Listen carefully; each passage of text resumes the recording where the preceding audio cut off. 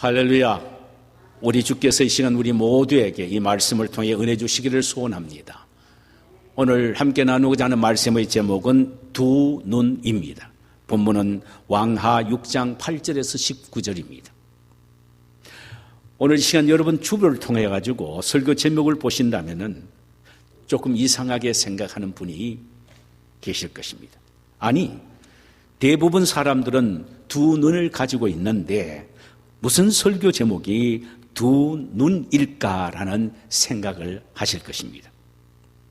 그러나 오늘 저는 저희 설교의 초점을 매사를 바라보는 면에서 인간의 눈은 두 종류의 눈이 있음을 함께 말씀을 나누기를 원합니다. 때는 아랍 나라가 강국으로 역사의 무대에 등장해서 주변에 있는 나라들을 몽땅 다 점령을 합니다. 그리고 이제는 마지막에 이스라엘을 치기 위하여 계획하고 있습니다. 거대한 아람 군대 앞에서 이스라엘 군대는 상대가 되지 않았습니다. 아람 왕 베나닷은 군대를 이끌고 이스라엘을 침공합니다. 그런데 이게 웬일입니까? 그 거대한 아람 군대가 소수의 이스라엘 군대에게 연전연패하고 맙니다. 아람 왕은 너무나도 수치심을 느껴서 이번에는 아주 치밀한 계획을 짜서 공격을 합니다. 그런데 이스라엘 군대가 길목을 차단하고 아람 군대를 선제 공격함으로 아람 군대는 또 패하여 도망치고 맙니다. 이런 일이 계속 반복되니까 아람 왕 베나닷은 자기들의 참모 가운데 첩자가 있을 것으로 생각하여 대단한 결단을 내립니다. 모두 다 참모들을 불러오게 합니다. 그러면서 아예 폭탄을 터뜨리듯 이야기를 합니다. 우리 중에 저 이스라엘과 내통한 자가 있다. 그러니 좋게 말할 때 빨리 자수하라는 이야기였습니다. 신복들은 서로서로 얼굴을 쳐다보며 참 이상하다. 왜 저렇게 말씀하실까? 이렇게 했는데 그 중에 한 신복이 일어나서 왕에게 직언을 합니다. 왕이여, 우리 가운데에 첩자가 있는 게 아닙니다. 이스라엘의 나라에는 하나님의 선지자가 있는데 그가 바로 엘리사입니다. 그는 우리 참모들이 모여서 침상 위에 이불을 덮고 의논을 해도 꿰뚫어 알고 사전에 작전을 세워서 우리를 공격하니까 우리는 당할 수가 없습니다. 병사가 많고 적고가 문제가 아닙니다. 못 당합니다. 아람 왕이 이 말을 듣고는 그러면 먼저 엘리사를 잡자. 그래서 엘리사의 소재를 파악하기 위하여 특공대를 보냅니다. 특공대가 가서 수색을 하고 와서 보고를 하는데 엘리사가 도단성에 있다는 이야기를 듣습니다. 아람 왕이 엘리사를 잡기 위하여 한밤중에 특수부대와 그리고 일반 부대를 총동원시켜서 도단성을 완전히 포위하게 만듭니다. 아침에 엘리사의 사환이 이 성 밖에 나가 보니까 아람 군대가 도단성을 구름대처럼 에워싼 것을 보고 기겁하여 뛰어들어와서 엘리사에게서 소리칩니다. 아, 내 주여, 우리가 어찌하리까? 아람 군대가 완전히 이 성을 에워쌌나이다. 이 말을 듣던 엘리사가 두려워하지 말라. 우리와 함께한 자가 저들과 함께한 자보다도 많으니라. 할렐루야. 엘리사의 사환은 육신의 눈을 갖고 자신들을 에워싸고 있는 아람 군대의 수요만 보았지 영적인 눈이 열리지 않았습니다. 그러나 대신 엘리사는 영의 눈으로 자신들을 에워싸고 있는 저들보다 더 많은 하나님의 군대를 보았던 것입니다. 그러기에 그는 구름대 같은 아람 군대를 보고서도 두려워하지 않았던 것입니다. 엘리사는 육신의 눈으로 아람 군대를 보고 떨고 있는 자신의 사환을 위하여 영적인 눈을 열어달라고 기도하기를 시작합니다. 여호와여, 원컨대 저의 눈을 열어서 보게 하옵소서. 그 기도하는 순간 이 사환의 눈이 영적으로 활짝 열려서 도단성을 애워싸고 있는 아람 군대보다 더 많은 하나님의 불말과 불병거가 엘리사와 자신을 애워싸고 있는 것을 보게 됩니다. 도간에 든 쥐로 생각하고 아람 군대가 엘리사를 잡기 위하여 도단성 안으로 침투해 들어옵니다. 엘리사가 여호와여, 저들의 눈을 어둡게 하옵소서라고 기도하니까 아람 군대의 모든 병사들이 갑자기 눈이 어두워져 버립니다. 그러면서 방향을 잃어버리고 적을 잃어버리고 허둥대고 있는데 그때 엘리사가 그들을 향하여 외칩니다. 너희들이 찾는 사람들은 거기에 있는 게 아니다. 딴 곳에 있다. 너희들이 빠져나갈 성은 이곳이 아니다. 딴 곳에 있다. 그러니 내 말을 듣고 나를 따라오라. 눈이 캄캄하니까 보이지 않으니까 엘리사의 말만 듣고 따라갑니다. 나중에 보니까 사마리아 성 안에 집어넣고 몽땅 다 문을 닫고 가둬버립니다.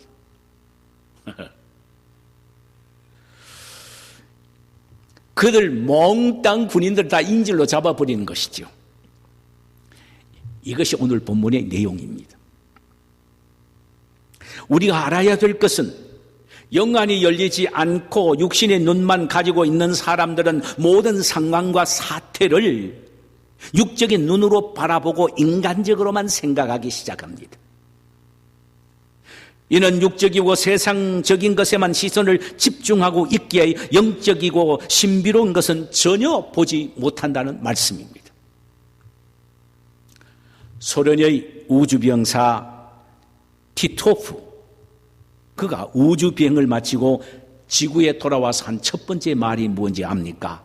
나는 아무리 눈을 뜨고 우주 속에 계시는 하나님을 보려고 했으나 하나님은 없었다 라고 했습니다. 반대로 미국의 맥디브는, 우주명사 맥디브는 지구로 돌아와서 한 첫 성이 뭔지 아세요? 일성이 이겁니다. 나는 하나님의 무한한 능력과 위대한 영광을 우주의 광활함 속에서 발견했다라고 외쳤습니다. 똑같은 우주에 갔다 온 사람의 시각은 달랐습니다. 티토프는 하나님이 없다고 했고 영적인 눈이 열리지 않아서 그렇습니다. 맥디브는 영적인 눈이 열렸기 때문에 하나님의 영광이 우주에 가득 찼다라고 찬양을 했습니다. 여러분, 같은 우주를 보아도 영적인 눈이 열린 사람과 영적인 눈이 열리지 않는 사람은 하늘과 땅 차이입니다. 티토프는 영의 눈이 열리지 않았습니다. 대신 맥디브는 예수 그리스도를 믿어 영의 눈이 열렸기 때문에 하나님의 영광이 우주에 가득 찬 것을 보게 됩니다. 여러분, 오늘날에도 말이에요, 영적인 눈이 열려있는 사람은 삶 속에 일어나는 모든 어려운 문제와 사건 속에서 낙심하고 좌절하지 않고 그 뒤에서 숨어서 역사하시는 하나님의 능력과 영광을 보고 하나님을 찬양한다, 이 말입니다. 우리가 누굽니까? 하나님의 자녀입니다. 하나님의 자녀는 하나님께서 어떤 상황 속에서도 그대로 내버려 두시지 않습니다. 결국은 모든 것이 합력하여 선을 이루게 하십니다. 이 사실을 어려움 속에서도 영의 눈이 열린 사람은 먼저 보고 하나님 앞에 영광 돌리고 합력하여 선을 이루는 아름다운 결과를 보고 찬양하게 된다는 말씀이에요.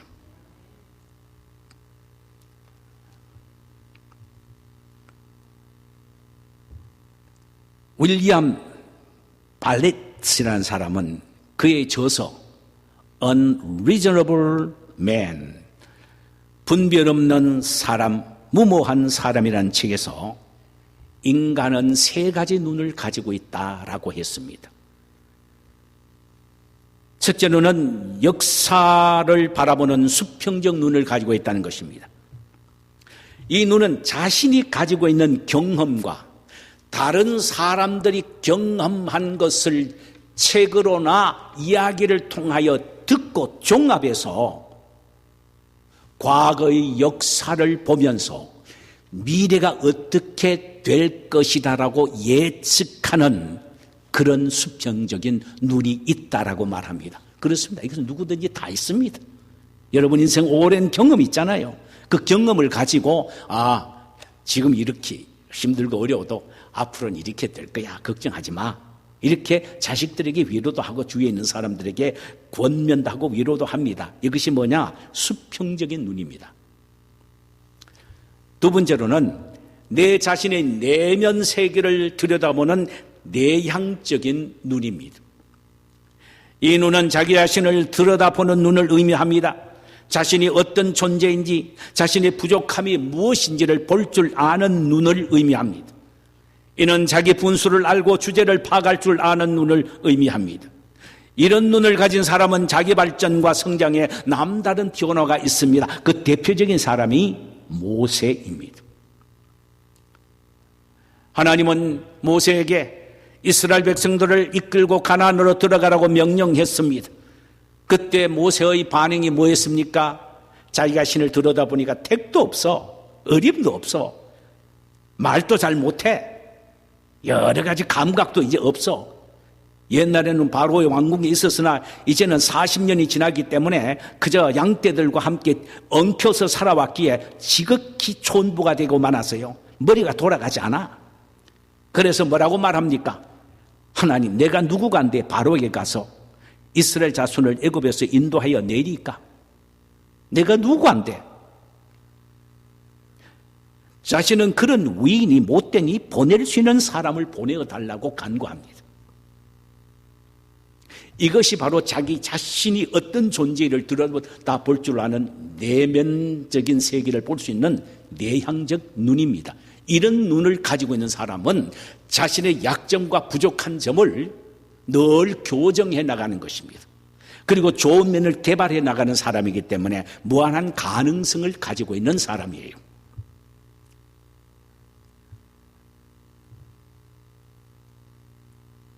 이사야 선지자도 이런 마음을 가지고 있었습니다. 이런 눈을 가지고 있었습니다. 그가 어느 날 성전에서 하나님의 영광을 바라봅니다. 영광을 바라보니까 자기는 죄된 인간으로서 너무나도 죽을 수밖에 없는 부족하고 연약한 존재임을 깨닫게 됩니다. 그래서 화로다 나여 망하게 되었도다. 나는 입술이 부정한 사람이요, 나는 입술이 부정한 백성 중에 거하면서 만군의 여호와이신 왕을 배웠습니다. 이렇게 못나고 부족한 내가 영광스러운 하나님을 보다니 이는 나는 죽었구나, 망했구나. 영광스러운 하나님 앞에서 지극히 보잘것없는 자기를 들여다본 겁니다. 그러니까 하나님 앞에 나는 망했구나, 하나님 어떻게 하면 좋습니까? 얼마나 아름다운 믿음의 고백입니까? 베드로 역시 그런 사람이었습니다. 그가 예수님 앞에 섰을 때에 베테랑 어부가 아니었습니다. 그는 너무나도 부족하고 연약한 존재임을 깨닫습니다. 그래서 배 오른편에 그물을 던지라는 그 말씀을 듣고는 그대로 순종했더니 엄청나게 많은 고기가 잡혀졌지요. 하나님의 주님의 영광에 사로잡혀 그는 그 앞에 벌벌 떱니다. 주여 나를 떠나소서, 나는 죄인이로소이다. 그리스도인들은 자신의 내면적인 모습을 바라다보는 것에서부터 신앙이 시작이 됩니다.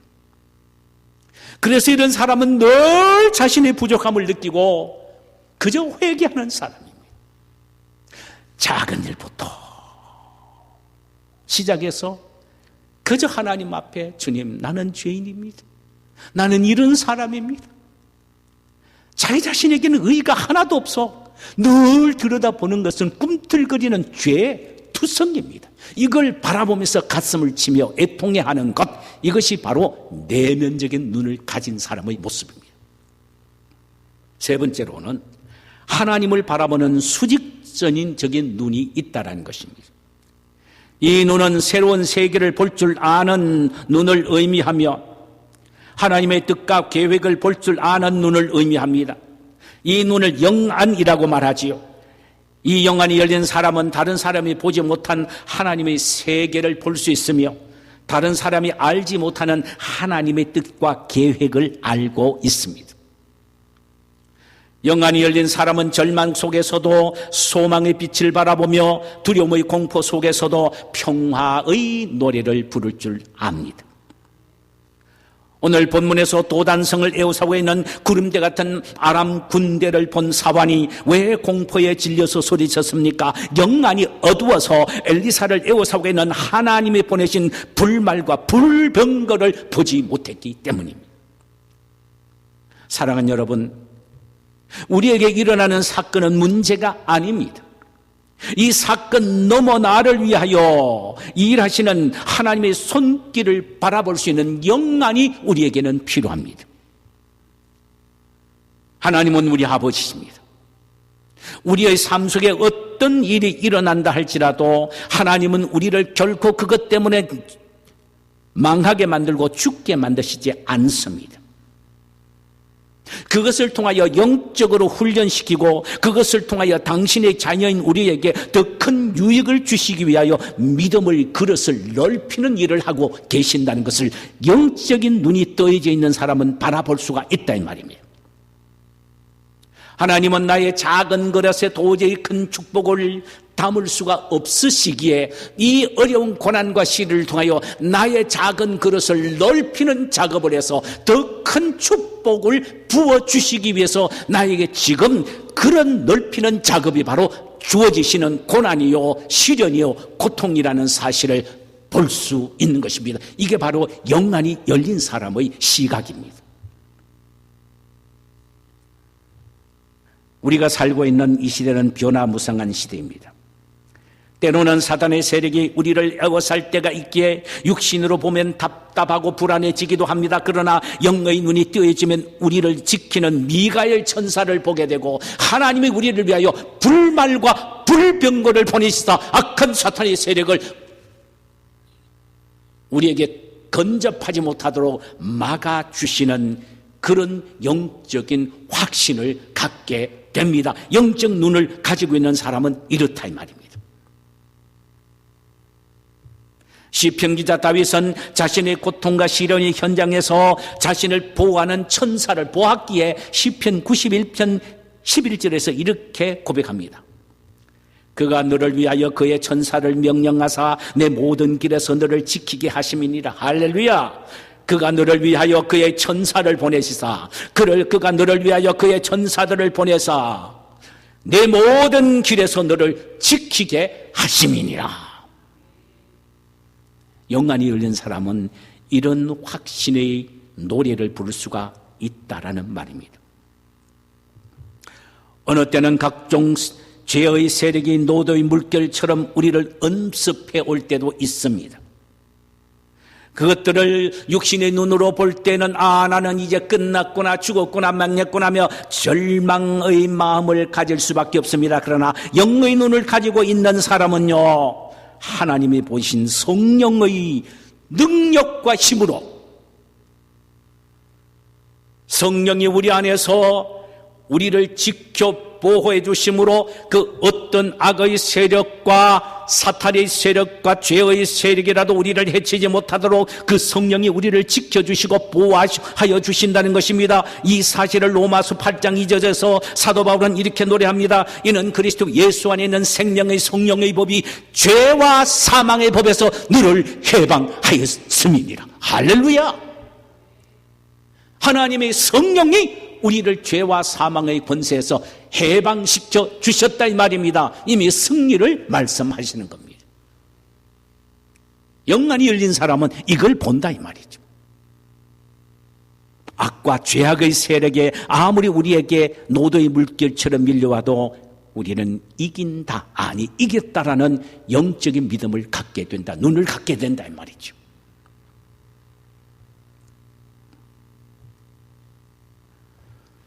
또 지금 이 세상에는 우리 주변에 원인을 알 수 없는 불치병이 얼마나 많은지 모릅니다. 그러나 영적인 눈으로 바라보면은요, 질병과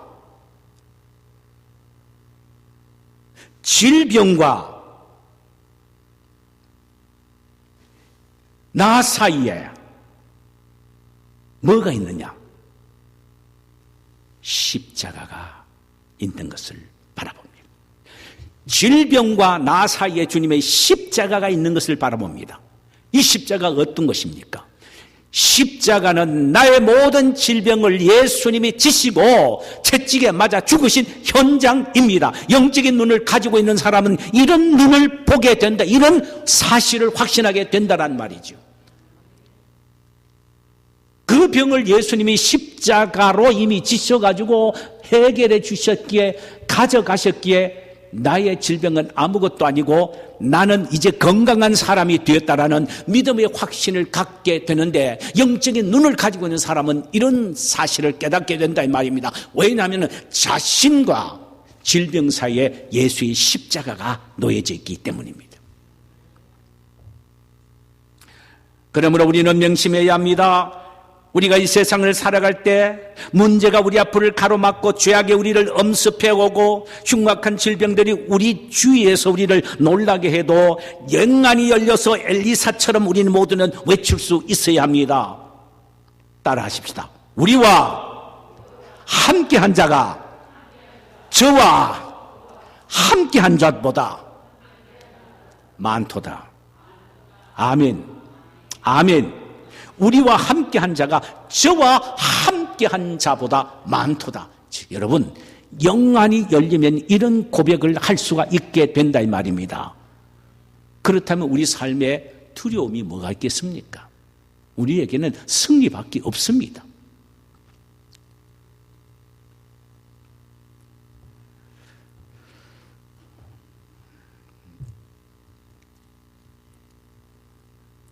그럼 어떻게 하면 우리의 영안이 열려서 하나님의 군대와 하나님의 능력을 볼 수 있을까요? 엘리사처럼 이런 고백을 할 수가 있겠어요? 어떻게 하면? 우리와 함께한 자가 저와 함께한 자보다 많다. 그 어려운 상황 속에서도 아람 군대가 떼거지처럼 덤벼드는 그 상황 속에서도 오히려 우리와 함께한 자가 저들보다도 많다, 저와 함께하는 자보다 많다라고 고백할 수 있는 이런 영적인 눈이 떠여지기 위해서는 어떻게 해야 되느냐? 우리는 두 가지를 생각해 봐야 합니다. 엘리사에게서 발견할 수 있는 것, 첫 번째로는요, 기도입니다. 1000만 번 강조해도 지나침이 없는 것이 기도입니다. 오늘 본문에서 사환이 도단성을 에워싸고 있는 아람 군대를 보고 엘리사와 자신을 에워싸고 있는 하나님의 군대를 보지 못하여 공포에 질려 엘리사에게 주여 우리가 죽게 되었나요? 아니, 내가 죽게 되었는데 지만 죽지 왜 엘리사까지 죽자고 이야기해? 우리가 죽게 되었으니 어찌하리까? 이렇게 소리친 건 왜 그런지 아세요? 영안이 열려져 있지 않았기 때문입니다. 그래서 엘리사가 사환을 위해 한 일이 뭡니까? 기도였습니다. 기도. 야, 왜 못 믿어 하면서 꿀밤 주고 지어박은 게 아닙니다. 기도했습니다. 영안 열리는 것은 첫 번째도 두 번째도 기도 외에는 없습니다. 아무리 성경 공부 많이 해도 영안이 열린 게 아니에요. 기도입니다. 기도.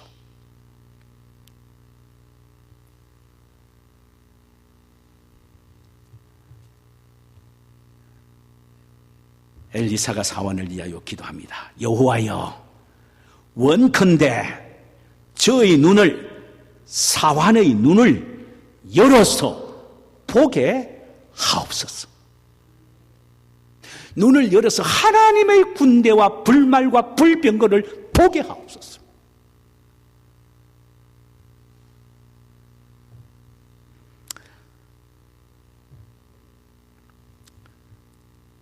그 순간 엘리사의 기도의 능력으로 하나님께서 사환의 눈을 여시어 불말과 불병거가 엘리사를 애워싸고 있는 것을 보게 됩니다. 기도는 우리의 영안을 활짝 열게 하는 최고의 수단입니다. 사도행전 16장에 보면은 바울이 제2차 전도 여행 시 무시아를 지나 비두니아로 가고자 애써서나 성령이 막아서 무시아에서 두아 드로아로 내려가기를 명령하십니다. 이거 바로 바울이 기도함으로 말미암아 하나님께서 그에 보여주신 환상이었습니다. 자, 드로아에 내려가서 보니까 할 일이 없으니까 기도할 수밖에 없죠. 그리고 하나님, 왜 우리가 비두니아로 가려고 하는데 왜 드로아로 보냅니까? 그래서 드로아에 왔는데 하나님 어떻게 하면 좋습니까? 좀 말씀해 주세요. 그 다음 스텝이 뭡니까? 그러니까 하나님께서 환상을 보여주셨어요. 영안이 열려서 바울이 환상을 보게 됩니다. 그런데 저 유럽의 첫 성년 마게도니아의 지방에서 한 사람이 손을 흔들면서 이곳에 와서 우리를 도와달라고 간청합니다. 이게 환상으로 보여지게 된 것입니다. 그는 영안이 열려 유럽을 복음화시키라는 하나님의 비전을 보게 됩니다. 그가 그 비전을 보았기에 핍박과 환난 앞에서도 굴하지 않고 힘있게 복음을 전하여 급기야는 유럽을 복음화시킨 것입니다. 사도 바울이 드로아에서 기도했을 때에 영안이 열려서 하나님의 엄청난 비전을 보게 된 것입니다.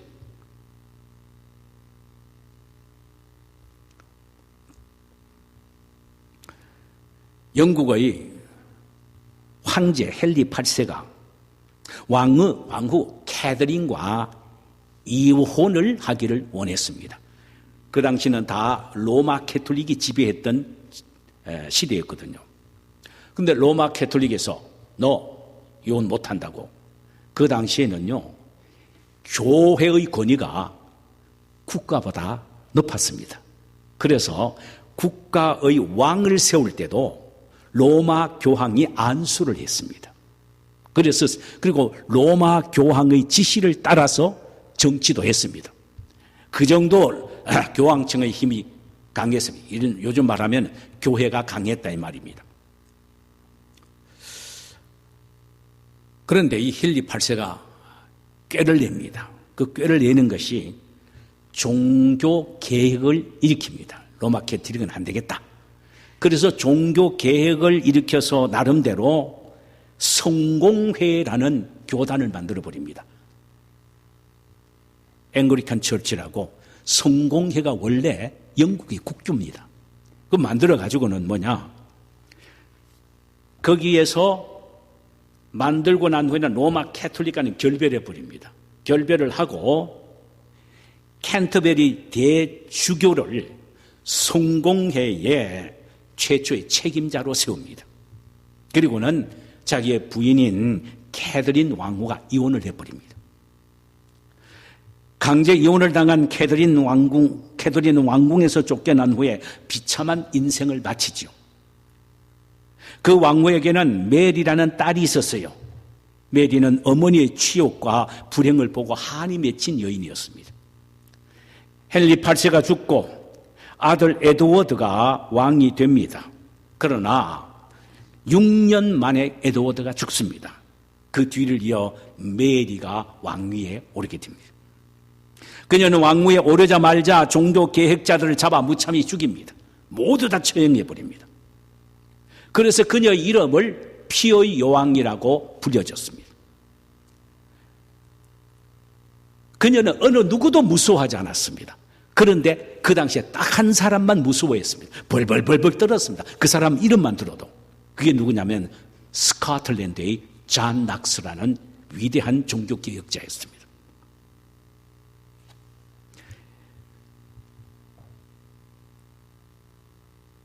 스코틀랜드의 존 낙스라는 사람은 한마디로 별명을 붙이면 기도의 사람입니다. 엄청난 기도의 사람입니다.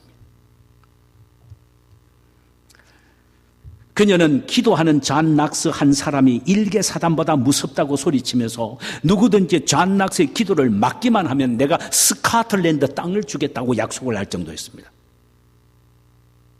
존 낙스는 기도로 스코틀랜드에서 종교개혁을 성공시켰고 장로교회를 창설했습니다. 그 장로교회가 전 세계 장로교회의 모체가 되게 했습니다. 후일 존 낙스는 이런 말을 했어요. 내가 피의 여왕 메리의 철권을 두려워하지 않을 수 있었던 것은 무릎만 꿇으면 스코틀랜드에 장로교회의 아름다운 꽃이 온 땅을 뒤엎을 환상을 보았기 때문이었다라고 했습니다. 영안이 열려서 하나님이 복음화시킬 위대한 환상을 보여주셨기 때문입니다. 사랑하는 여러분, 영안이 열려야 하나님의 비전을 볼 수 있고 비전을 보아야 어려운 현실을 이겨나갈 수가 있습니다. 기도는 영안을 여는 최고의 수단입니다. 또 하나는 성령 충만해야 영안이 열립니다. 마지막이죠. 사도행전 7장 54절에 보면은요, 스데반이 살기 등등한 유대 종교 지도자들 앞에서 담대히 예수 그리스도의 복음을 전하게 됩니다. 그러면서 돌에 맞아 죽어갑니다. 결국은요. 그런 돌에 맞아 죽어가면서도 그들 앞에 담대히 복음을 전할 수가 있었던 것은 성경은 우리에게 이렇게 말합니다. 그가 성령이 충만해서 성령의 능력으로 영안이 열려서 하늘나라 하나님 우편에서 예수 그리스도가 일어나 스테판 화이팅 힘내라는 환상을 보았기 때문이었습니다. 성경에 그렇게 나와 있어요. 성령 충만했기 때문입니다. 성령 충만하니까 영안이 활짝 열리게 되었고 죽음이 두렵지 않고 예수님이 하나님 우편에서 일어나서서 스테판 화이팅 화이팅 일어나 화이팅 하는 모습을 보았다 이 말이죠.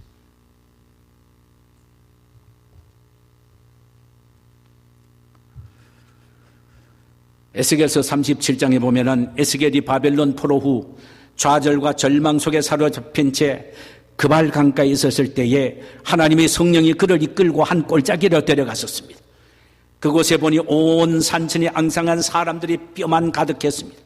하나님께서 에스겔에게 말씀하셨어요. 그 뼈를 향하여 하나님의 말씀을 대언하라고 말입니다. 에스겔은 하나님의 명령에 따라 뼈를 향하여 뼈야 너의 위에 힘줄을 두고 살을 입히고 가죽으로 덮고 생기가 들어가라고 말하는 순간 소리가 나면서 뼈들이 들이맞고 힘줄이 생기고 살이 오르며 그 위에 가죽이 덮여지며 그 속에 생기가 들어간 것입니다. 그리고 이어서 살아서 일어나라고 하나님의 말씀을 외치니 죽어 마른 뼈가 큰 군대를 이루게 된 것입니다. 마른 뼈가 큰 군대로 변한 것은 뼈와 같은 이스라엘이 군대처럼 회복될 것을 보여주는 하나님의 비전인 것입니다. 여러분, 에스겔이 마른 뼈가 큰 군대가 되는 환상을 본 것은 에스겔서 37장 1절에서 이렇게 말합니다. 하나님의 신이 충만했기 때문이다.